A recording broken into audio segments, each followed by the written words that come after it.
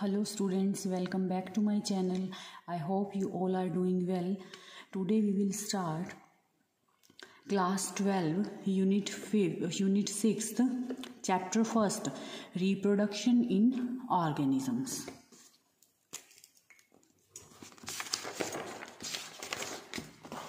Reproduction in organisms.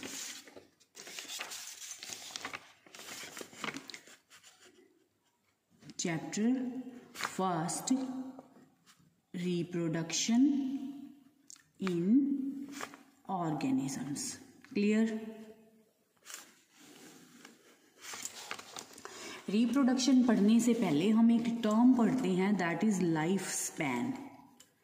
That is life span.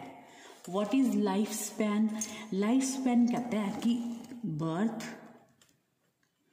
And death, birth और death के बीच का ये जो टाइम पीरियड है ना, this time period is called life span. ठीक है, मतलब बच्चा है, बच्चे का जन्म हुआ, जन्म होने के बाद में वो जुवेनाइल फेज़ में गया. जुवेनाइल फेज़ के बाद मतलब 7-8 साल का जो बच्चा जुवेनाइल फेज़ में गया. ठीक है, उसके बाद में वो रिप्रोडक्टिव फेज़ में आया, मीन्स 16 to 17 ईयर की जो एज होती है.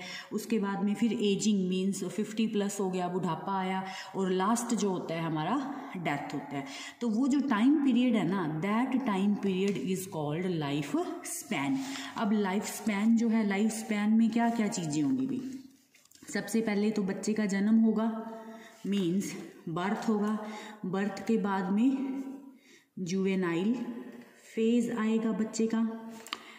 उसके बाद में रिप्रोडक्टिव फेज आएगा. ठीक है, रिप्रोडक्टिव फेज एंड फिर एजिंग मीन्स बुढ़ापा and last step is death. ठीक है, और ये सारा का सारा इसे हम क्या बोलते हैं? लाइफ स्पैन बोलते हैं. क्लियर है? The period from birth to death is called life span. तो हमारा जो लाइफ स्पैन है वो क्या है? The time period from birth to death is called life span. Clear? This is called life span. अब देखो ऑर्गेनिज्म है, ऑर्गेनिज्म क्या करेगा? रिप्रोड्यूस करने के लिए, अपनी पॉपुलेशन को इंक्रीज करने के लिए वो क्या करेगा? रिप्रोड्यूस करेगा. अब जिसे हम क्या बोलते हैं, जिस प्रोसेस से ऑर्गेनिजम्स जो हैं वो अपनी पॉपुलेशन को इंक्रीज करते हैं, that process is called reproduction. लेकिन उससे पहले अब हम लाइफ स्पैन में है ना, जो बहुत सारे ऑर्गेनिजम्स हैं जिनका शॉर्टर लाइफ स्पैन होता है, और बहुत सारे ऑर्गेनिजम्स हैं जिनका लॉन्गर लाइफ स्पैन होता है. शॉर्टर लाइफ स्पैन की अगर हम बात करें, मीन्स कि वो ऑर्गेनिज्म जिनका जो लाइफ स्पैन होगा दैट इज 24 आवर और 1 डे. ठीक है, ये किसके अंदर आएंगे? जैसे बीज वगैरह हो गया, मॉस्किटोज हो गए, ये किसके अंदर आएंगे?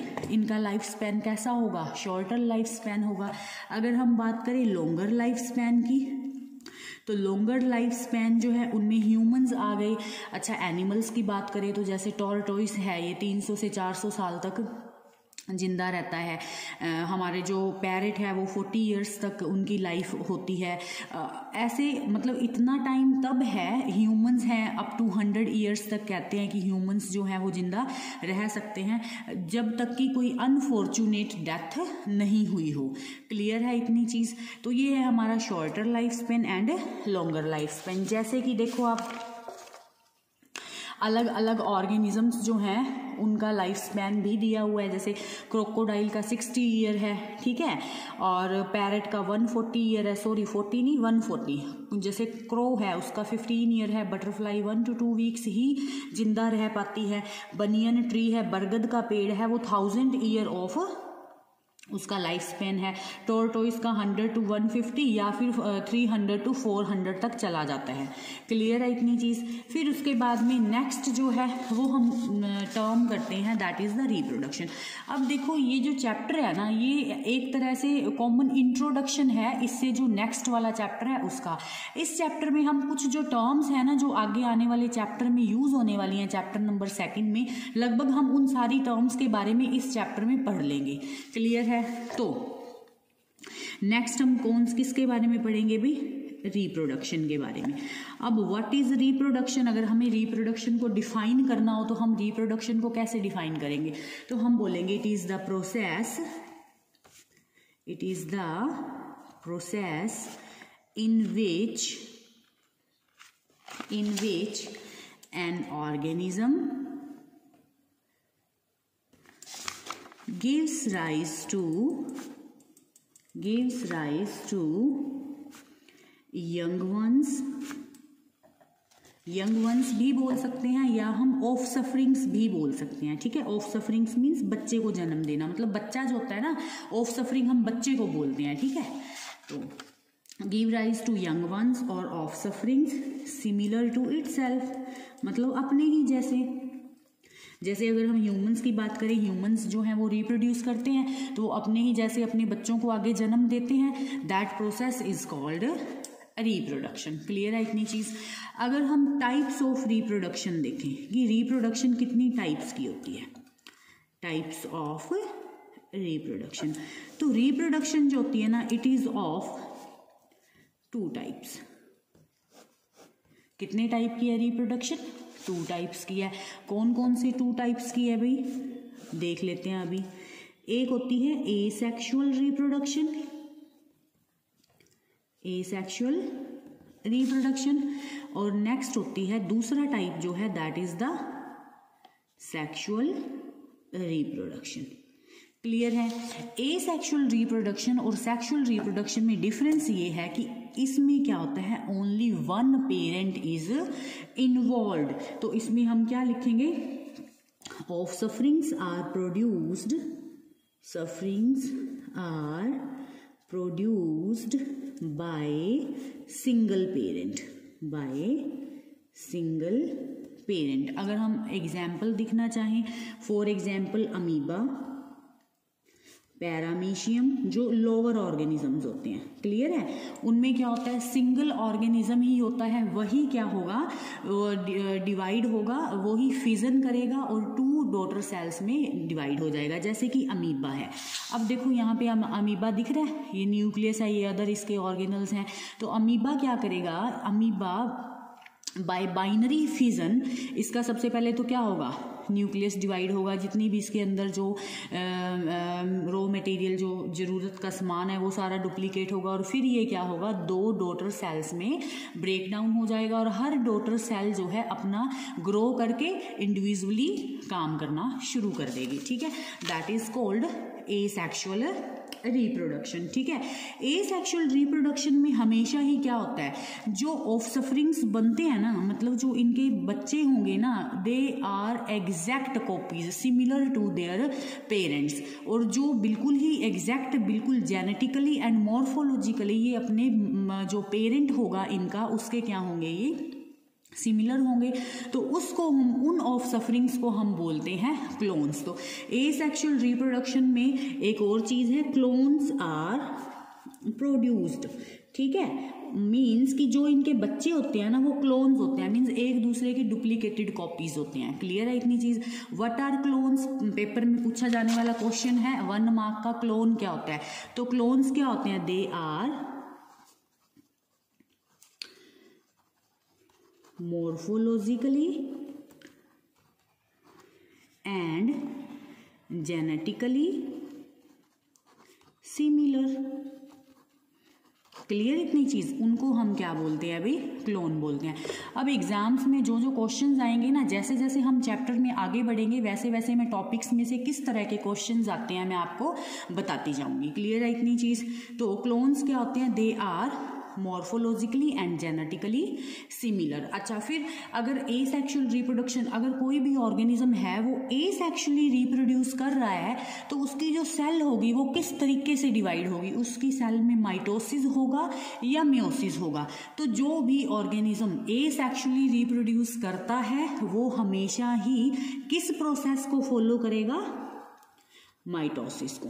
ये चीज़ इज़ वेरी वेरी इंपॉर्टेंट। इस चीज़ को आपने याद रखना है कि एसेक्सुअल रिप्रोडक्शन में जो पेरेंट होगा वो हमेशा ही किसको फॉलो करेगा, माइटोसिस को फॉलो करेगा। क्लियर है? जैसे अब अमीबा है तो अमीबा किसको फॉलो कर रहा है, ये माइटोसिस को फॉलो कर रहा है। इसमें माइटोसिस होगा मीन्स इक्वेशनल डिवीजन होगी और एक सेल 2 डॉटर सेल्स में डिवाइड हो जाएंगी। क्लियर इतनी चीज़। फिर हम बात करते हैं सेक्सुअल रिप्रोडक्शन की। सेक्सुअल रिप्रोडक्शन में 2 पेरेंट्स आर इन्वॉल्व, एक मेल होगा और दूसरा फीमेल होगा। क्लियर है इतनी चीज। तो अब इसमें क्या होगा, सेक्सुअल रिप्रोडक्शन में 2 पेरेंट्स आर इन्वॉल्व।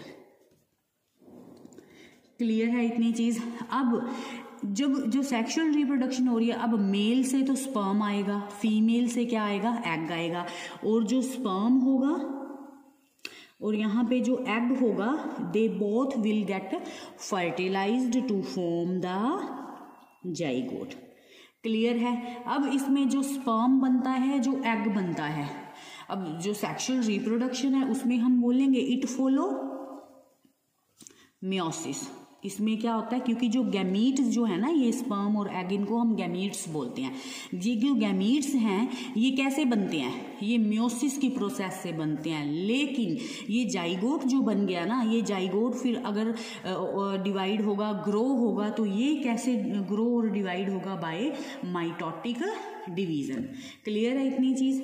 तो जब जाइगोट बन जाएगा, after zygote formation, after zygote formation के बाद में माइटोसिस अकर्स।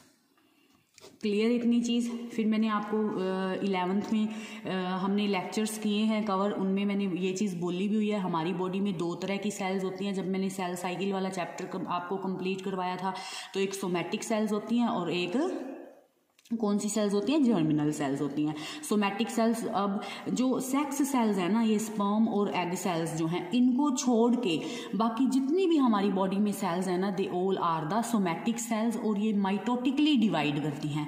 लेकिन जो जर्मिनल सेल्स होंगी उनमें कौन सी प्रोसेस फॉलो होती है, मियोसिस प्रोसेस फॉलो होती है।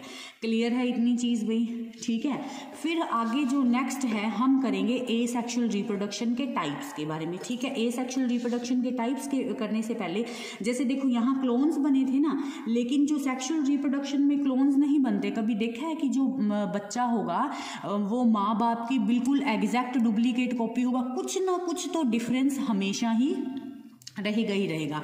तो सेक्सुअल रिप्रोडक्शन का एक हमें बेनिफिट भी है। इसमें क्या होते हैं, अलग अलग कैरेक्टर्स जो जीन्स होते हैं उनमें रिकॉम्बिनेशन होता है, और इसी से ही क्या आती हैं, हमें भी वेरिएशंस आती हैं। Very important. क्लियर इतनी चीज? ठीक है। तो नेक्स्ट हम करने जा रहे हैं types of asexual reproduction. Types of asexual reproduction. Clear कि इसके क्या टाइप्स हैं। फर्स्ट जो टाइप है एसेक्सुअल रिप्रोडक्शन का, दैट इज फिजन। फिजन का मतलब क्या होता है, किसी भी बॉडी का 2 पार्ट्स में डिवाइड हो जाना, दैट इज कॉल्ड फिजन। लेकिन जो फिजन होता है ना, इट इज ऑफ 2 टाइप्स। पहला binary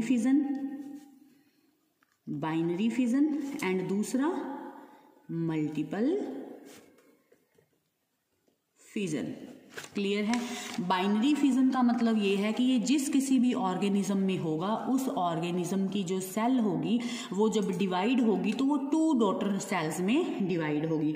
for example amoeba and paramecium. Amoeba and parameciums. ठीक है। अब जो भी ऑर्गेनिजम्स जो है ना, ये बाइनरी फिजन करेंगे, फिजन के थ्रू होंगे ना, इन ऑर्गेनिजम्स को हम बोलते हैं दे आर इमोर्टल। देखो दो चीज़ें होती है, एक होते हैं मॉर्टल, मॉर्टल का मतलब वो जिनकी डेथ हो जाती है, लाइक अस, हम कोई अमर नहीं है, हम मॉर्टल हैं। लेकिन ये कुछ होते हैं इममॉर्टल, इममॉर्टल का मतलब ये होता है कि जो जिनकी डेथ नहीं होती है वो सालों साल टाइम टू क्या रहते हैं, अभी हर वक्त अमर ही होते हैं। फॉर एग्जाम्पल अभी हम अमीबा की ही बात करें, देखो अब इस अमीबा से ये जो डॉटर सेल्स बनी थी, ठीक है, अब ये अमीबा एक जो पेरेंट था वही तो दो में टूट के इस डॉटर सेल्स में बन गया। क्लियर है इतनी चीज? तो ये इमॉर्टली तो हुआ, मॉर्फोलॉजिकली और जेनेटिकली क्या चीजें हुई, सेम ही तो हुई। जब ये अपने लेवल पे ग्रो कर जाएगी तो फिर ये दो में टूट जाएगी, ये ग्रो करेगी तो ये दो में डिवाइड हो जाएगी बाइनरी फिजन के थ्रू। तो हम बोलते हैं these organisms are immortal. Clear है इतनी चीज? फिर आता है हमारा मल्टीपल फिजन। मल्टीपल फिजन में कहता है कि जो एक पेरेंट सेल होती है ना वो डिवाइड होती है, डिवाइड होके बहुत सारी न्यूक्लियाई बना देती है। तो इसमें क्या होता है, one parent cell divide to form many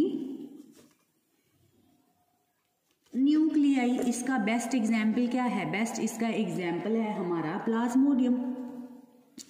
malarial parasite है प्लाज्मोडियम जो होता है, it is a malarial parasite. हमारी बॉडी में मलेरिया जो करता है ना, तो उसका जो पैरासाइट है that is a plasmodium. Clear है? हम इसके बारे में भी पढ़ेंगे। तो प्लाज्मोडियम जो कि मलेरियल पैरासाइट है वो क्या करता है, इसका ये पेरेंट सेल है। अब इसके अंदर की जो न्यूक्लियाइज होंगी ना वो क्या करेंगी, अपना नंबर बहुत ज़्यादा ग्रो कर लेंगी।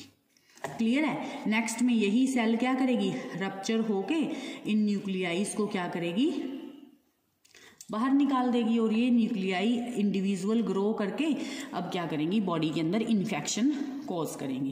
क्लियर है इतनी चीज़? इससे जो नेक्स्ट वाला है वो हम नेक्स्ट लेक्चर में करेंगे। अगर आपको वीडियो पसंद आई हो तो इसे सब्सक्राइब, शेयर और लाइक करना ना भूलें। और जो 12th क्लास के स्टूडेंट्स हैं जिन्हें मेरा ऑनलाइन कोर्स परचेज़ करना है तो मैं लिंक जो है वो डिस्क्रिप्शन में डाल दूंगी, आप वहां से मुझसे कांटेक्ट करके कोर्स की जो डिटेल्स हैं वो ले सकते हैं। Thank you so much.